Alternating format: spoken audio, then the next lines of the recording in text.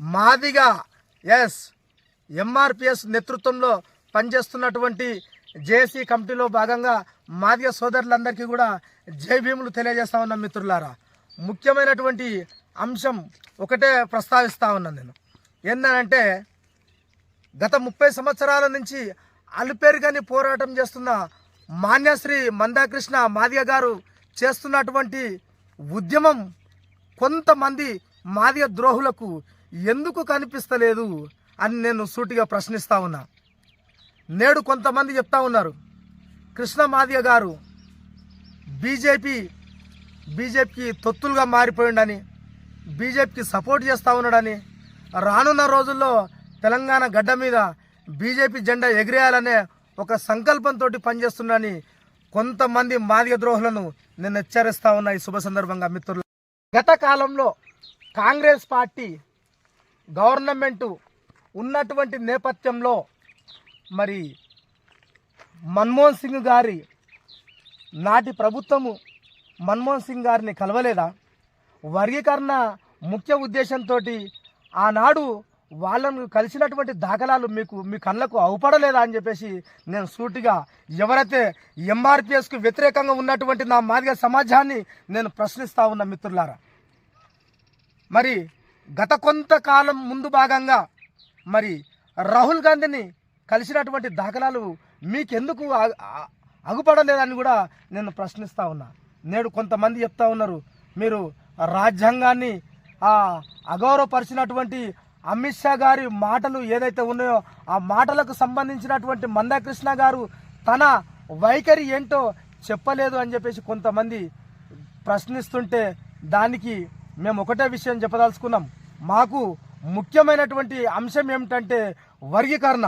ఆ వర్గీకరణలో భాగంగానే మేము గత ప్రభుత్వాలకు నాడు చంద్రబాబు నాయుడు గారిని కలిసినటువంటి దాఖలాలు మీకెందుకు కనిపించలేదు?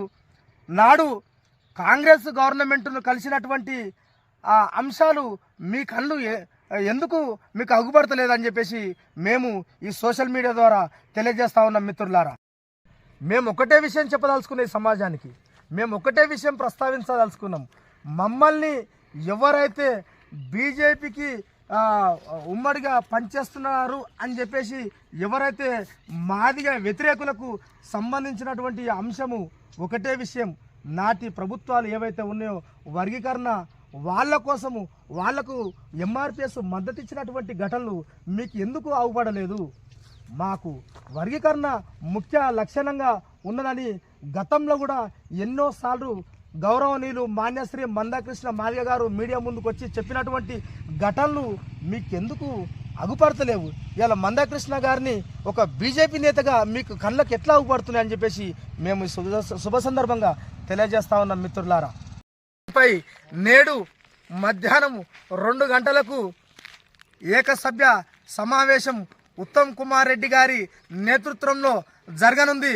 మరి దానికి సంబంధించినటువంటి అంశంలో ఈ నేపథ్యంలో మేము ఒకటే విషయము నా మాదిగ సోదరులకు కానీ ఎస్సీ వర్గీకరణ అంశంపై ఒకటే విషయం చెప్పదలుచుకున్నాము.